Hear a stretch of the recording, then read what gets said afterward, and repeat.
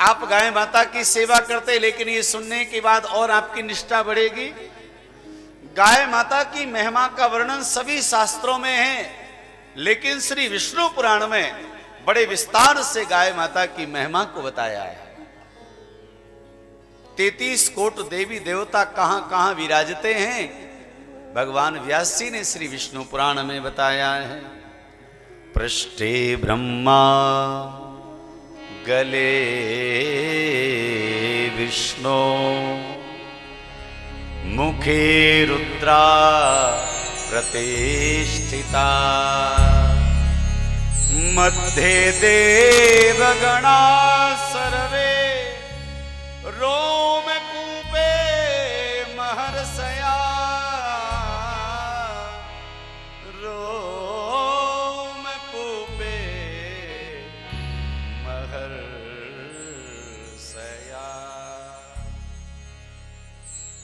पृष्ठे ब्रह्मा, जो गाय माता की पीठ पर एक उभरा हुआ जो भाग रहता है, ऊर्ध्व भाग रहता है, भगवान व्यास जी कहते हैं उस स्थान पर ब्रह्मा जी का निवास है। पृष्ठे ब्रह्मा, पीठ पर ब्रह्मा जी का निवास है।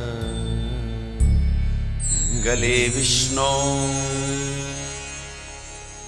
जो गाय माता का गला है, उस गले में भगवान विष्णु जी का निवास है।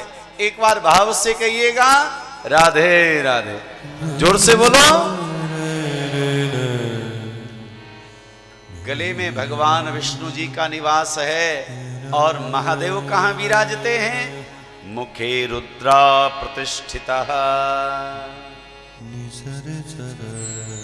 जो गाय माता का श्री मुखारविंद है, उस श्री मुखारविंद पर मेरे महादेव विराजते हैं।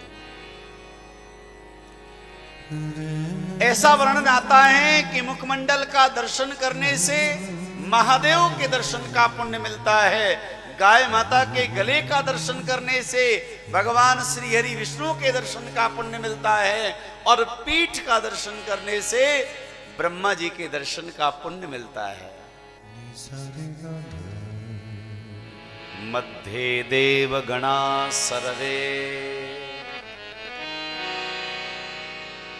जो देवता हैं वो मध्य मध्य में विराजमान हैं। और जितने भी गाय माता के रोम हैं, रोम कूपे महर्षया, जितने भी महर्षि हैं, देवर्षि हैं, राजर्षि हैं,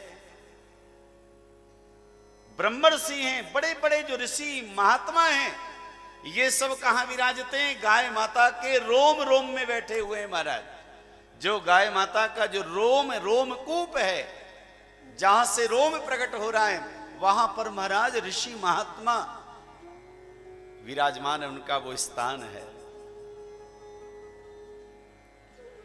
पुक्षे नागा खुराग्रेसु,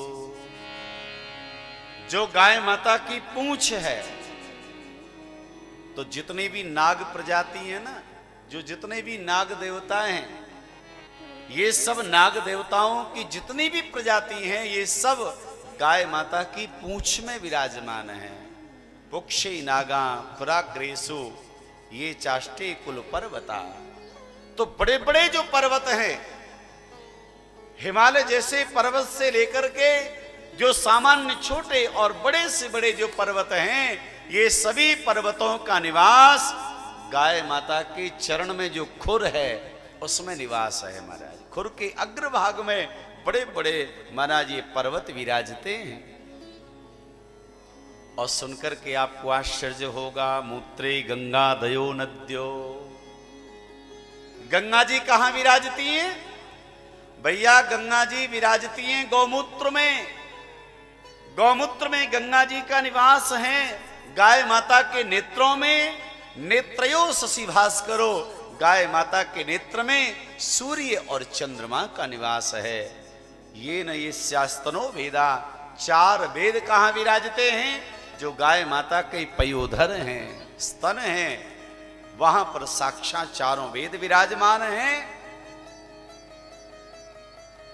किसी ने कहा लक्ष्मी जी कहां विराजती हैं? तो जानते हो लक्ष्मी जी का निवास कहां है? सुनकर के आपको बहुत आश्चर्य होगा। जब देवताओं ने गाय माता में स्थान धारण करने के लिए जा रहे थे तो कथा आती है महाराज की माता लक्ष्मी मान करके बैठ गई, मैं नहीं जाऊंगी गाय माता में स्थान लेने के लिए, मैं क्यों जाऊं।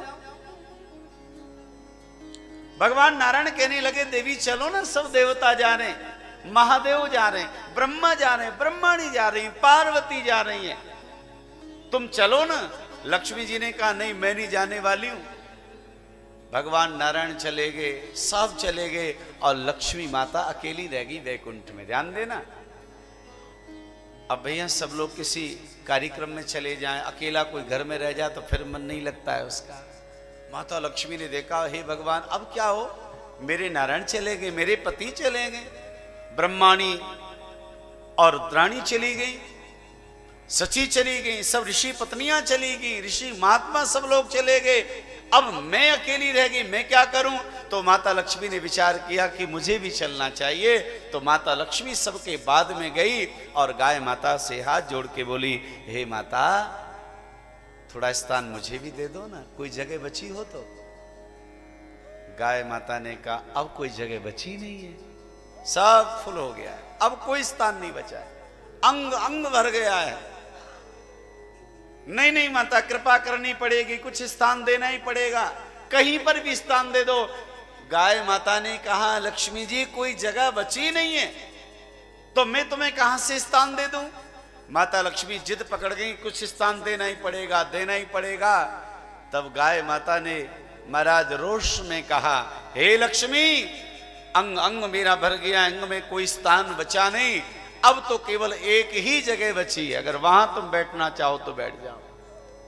कहां बताओ।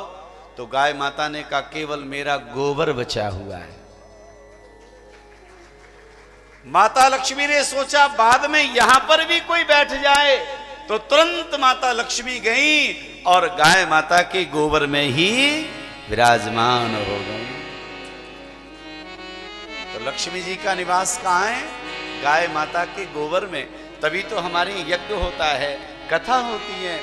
पहले के समय में आपने देखा होगा महाराज पहले कोई अतिथि घर में आता, सत्यनारायण भगवान की कथा होती, हवन होता, महाराज पावड़े घर में आते तो पूरे आंगन को गाय माता के गोबर से चौका लगाया जाता, पवित्र हो जाता महाराज पूरा आंगन, पूरा घर पवित्र हो जाता, क्योंकि गाय के गोबर में लक्ष्मी जी का निवास।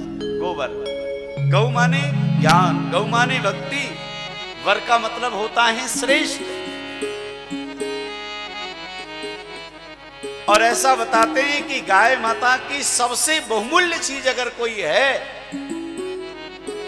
दूध से भी ज्यादा, दही से ज्यादा, घृत से ज्यादा, मट्ठा से ज्यादा, सबसे ज्यादा बहुमूल्य चीज अगर कोई है तो वो गोबर है महाराज, उसमें लक्ष्मी जी का निवास है।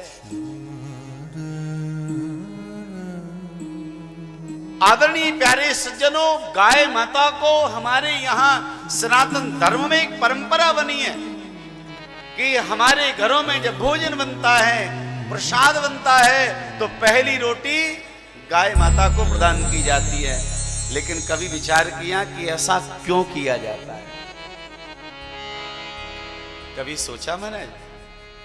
पहले हमारे सनातन धर्म में, हमारे शास्त्रों में वर्णन आता है, पहले यज्ञादि कार्य करके, यज्ञ आहुति दे करके, यज्ञ करके, हवन करके ही महाराज भोजन किया जाता था। यज्ञ नित्य यज्ञ का विधान था।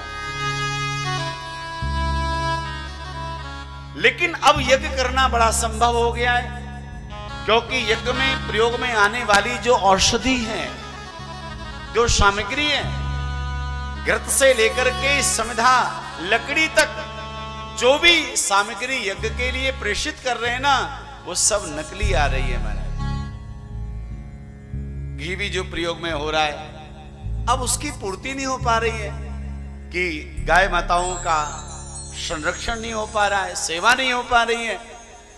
तो जितना जन समुदाय है उसके लिए पर्याप्त जो है गौरस प्राप्त नहीं हो रहा है, तो प्राकृतिक तरीके से घी बनाए जा रहे हैं महाराज। अनेक प्रकार की जो औषधि है, हवन सामग्री है, उसमें भी बहुत सारी मिलावटें आ रही हैं।